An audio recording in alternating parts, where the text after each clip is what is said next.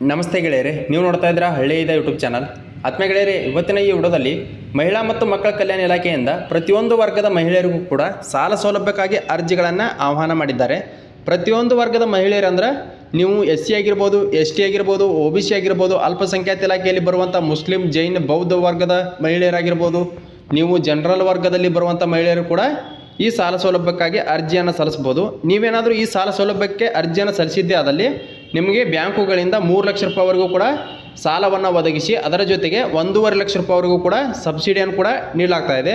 ಹಾಗಾದರೆ ಇದು ಯಾವ ಯೋಜನೆ, ಇದಕ್ಕೆ ಯಾವ ರೀತಿಯಾಗಿ ಅರ್ಜಿ ಸಲ್ಲಿಸುವುದು, ಬೇಕಾಗುವಂಥ ದಾಖಲಾತಿಗಳು ಏನೇನು ಎಂಬುದರ ಸಂಪೂರ್ಣವಾದಂಥ ಮಾಹಿತಿಯನ್ನು ಈ ವಿಡಿಯೋದಲ್ಲಿ ತಿಳಿದುಕೊಳ್ಳೋಣ. ಅದಕ್ಕಿಂತ ಮೊದಲು ಇದೇ ಮೊದಲ ಬಾರಿಗೆ ಯಾರಾದರೂ ನಮ್ಮ ಯೂಟ್ಯೂಬ್ ಚಾನಲ್ನ ವೀಕ್ಷಣೆ ಮಾಡ್ತಾಯಿದ್ರೆ ದಯವಿಟ್ಟು ಸಬ್ಸ್ಕ್ರೈಬ್ ಮಾಡ್ಕೊರಿ. ಹಾಗೆ ಈ ವಿಡಿಯೋನ ಇತರ ನಿಮ್ಮ ಗೆಳೆಯರವರೆಗೂ ಕೂಡ ಶೇರ್ ಮಾಡಿರಿ. ಬನ್ನಿ ಗೆಳೆಯರೆ, ವಿಡಿಯೋನ ಶುರು ಮಾಡೋಣ. ಇಲ್ಲಿ ನೋಡ್ಬೋದು, ಮಹಿಳಾ ಮತ್ತು ಮಕ್ಕಳ ಅಭಿವೃದ್ಧಿ ಮತ್ತು ವಿಕಲಚೇತನ ಮತ್ತು ಹಿರಿಯ ನಾಗರಿಕರ ಸಬಲೀಕರಣ ಇಲಾಖೆ ಕರ್ನಾಟಕ ರಾಜ್ಯ ಮಹಿಳಾ ಅಭಿವೃದ್ಧಿ ನಿಗಮದಿಂದ 2024-25ನೇ ಸಾಲಿನ ನಿಗಮದ ವಿವಿಧ ಯೋಜನೆಗಳಿಗೆ ಅರ್ಜಿ ಆಹ್ವಾನ ಅಂತ ಹೇಳಿದ್ದಾರೆ. ಮೊದಲನೇ ಯೋಜನೆ ಯಾವುದಂದ್ರೆ ಉದ್ಯೋಗಿನಿ ಯೋಜನೆ ಅಂತೇಳಿ ಮಹಿಳೆಯರು ಸ್ವಂತ ಉದ್ಯೋಗಗಳನ್ನು ಮಾಡಿಕೊಳ್ಳಲು ಈ ಸಾಲವನ್ನು ಒದಗಿಸಿಕೊಡಲಾಗ್ತಾ ಇದೆ. ಅಂದರೆ ಬ್ಯಾಂಕುಗಳ ಮೂಲಕ ನಿಮಗೆ ಸಾಲವನ್ನು ಒದಗಿಸಿ ನಿಗಮದ ಮೂಲಕ ಸಹಾಯಧನವನ್ನು ಕೂಡ ಒದಗಿಸ್ತಾರೆ.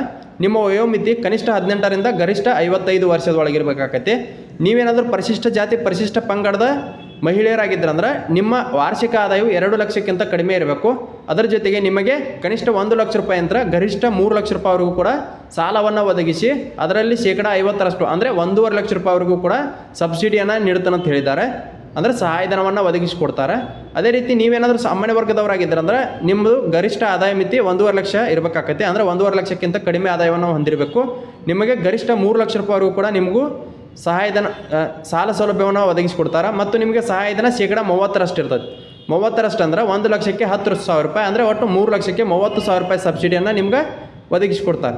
ಇನ್ನು ಎರಡನೇ ಯೋಜನೆ ಯಾವುದಂದ್ರೆ ಚೈತನ್ಯ ಯೋಜನೆ ಅಂಥೇಳಿ ದಮನಿತ ಮಹಿಳೆಯರಿಗೆ ಆದಾಯೋತ್ಪನ್ನ ಚಟುವಟಿಕೆಗಳನ್ನು ಕೈಗೊಳ್ಳಲು 30,000 ರೂಪಾಯಿಗಳ ಪ್ರೋತ್ಸಾಹಧನವನ್ನು ನೀಡಲಾಗ್ತಾ ಇದೆ.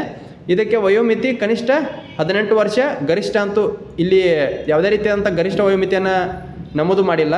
ಇನ್ನು ಮೂರನೇ ಯೋಜನೆ ಧನ್ಯಶ್ರೀ ಯೋಜನೆ ಅಂಥೇಳಿ ಮಹಿಳೆಯರು ಸ್ವಯಂ ಉದ್ಯೋಗಗಳನ್ನು ಕೈಗೊಳ್ಳಲು 30,000 ರೂಪಾಯಿಗಳ ಸಹಾಯಧನವನ್ನು ನೀಡ್ತಾರೆ.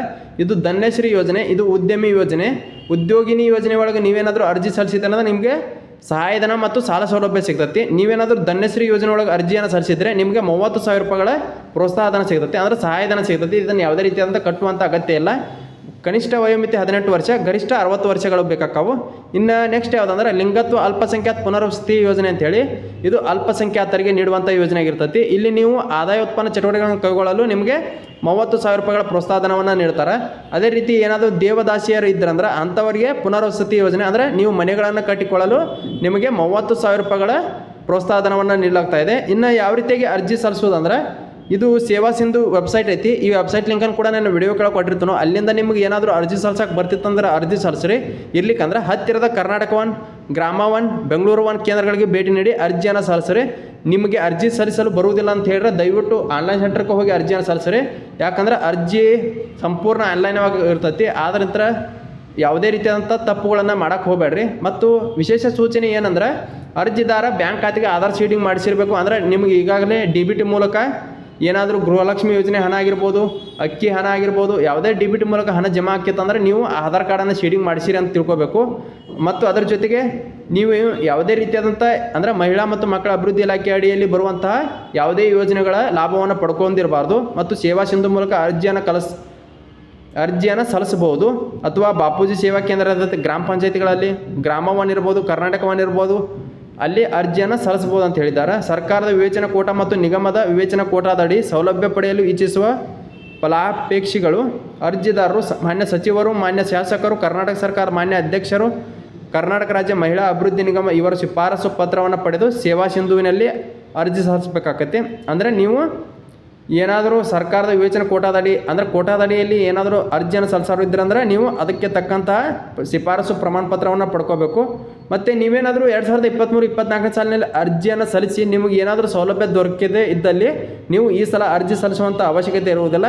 ಅದೇ ಅರ್ಜಿ ಅಲ್ಲಿ ಇರುತ್ತೆ. ಮತ್ತು ಅರ್ಜಿ ಸಲ್ಲಿಸಲು ಪ್ರಾರಂಭ ದಿನಾಂಕ 21/8/2024 ಬೆಳಗ್ಗೆ 10 ಗಂಟೆ ಅಂದರೆ ಈಗಾಗಲೇ ಅರ್ಜಿ ಪ್ರಾರಂಭ ಆಗೈತಿ. ಅರ್ಜಿ ಸಲ್ಲಿಸಲು ಕೊನೆಯ ದಿನಾಂಕ 21/9/2024 ಅರ್ಜಿ ಸಲ್ಲಿಸಲು ಕೊನೆಯ ದಿನಾಂಕ ಆಗಿರ್ತೈತಿ. ಅಂದರೆ ಸಾಯಂಕಾಲ 5 30ಕ್ಕೆ.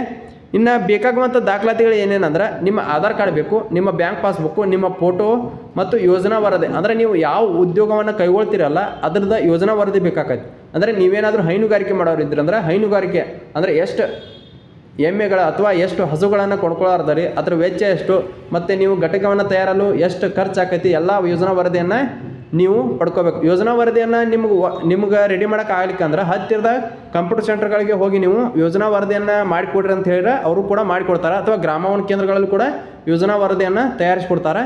ದಯವಿಟ್ಟು ಯೋಜನಾ ವರದಿಯನ್ನು ತಯಾರು ಮಾಡ್ಕೊರಿ. ನಂತರ ಅರ್ಜಿಯನ್ನು ಸಲ್ಲಿಸ್ರಿ. ಮತ್ತು ರೇಷನ್ ಕಾರ್ಡ್ ಇದ್ದರೆ ರೇಷನ್ ಕಾರ್ಡು, ನಿಮ್ಮ ಏನಾದರೂ ನಿಮ್ಮ ಗಂಡ ಅಥವಾ ಏನಾದರೂ ನಿಮ್ಮ ತಂದೆಯವರದ ರೇಷನ್ ಕಾರ್ಡು, ಆಧಾರ್ ಕಾರ್ಡ್ ಬೇಕಾಗುತ್ತೆ. ಇಷ್ಟೆಲ್ಲ ಮತ್ತು ನಿಮ್ಮ ಕಾಸ್ಟು ಮತ್ತು ನಿಮ್ಮ ಇನ್ಕಮು ಇಷ್ಟೆಲ್ಲ ದಾಖಲಾತಿಗಳನ್ನು ತೆಗೆದುಕೊಂಡು ಹತ್ತಿರದ ಗ್ರಾಮವನ ಕರ್ನಾಟಕ ಕೇಂದ್ರಗಳಿಗೆ ಭೇಟಿ ನೀಡಿ ಅರ್ಜಿಯನ್ನು ಸಲ್ಲಿಸ್ರಿ. ಇದ್ರ ಬಗ್ಗೆ ಏನಾದರೂ ಸಂದೇಹಗಳಿದ್ದು ಅಂದ್ರೆ ಹಾಗೆ ಕಮೆಂಟ್ ಬಾಕ್ಸಲ್ಲಿ ಕಮೆಂಟ್ ಮಾಡಿರಿ. ಈ ವಿಡಿಯೋ ಇಷ್ಟ ಆಗಿತ್ತಂದ್ರೆ ಹಾಗೆ ಒಂದು ಲೈಕ್ ಮಾಡಿರಿ ಮತ್ತು ಈ ವಿಡಿಯೋನ ಇತರ ನಿಮ್ಮ ಗೆಳೆಯರಿಗೂ ಕೂಡ ಶೇರ್ ಮಾಡಿರಿ ಅಂತ ಹೇಳ್ತಾ ಈ ವಿಡಿಯೋನ ಇಲ್ಲಿಗೆ ಮುಗಿಸ್ತಾ ಇದ್ದೀನಿ.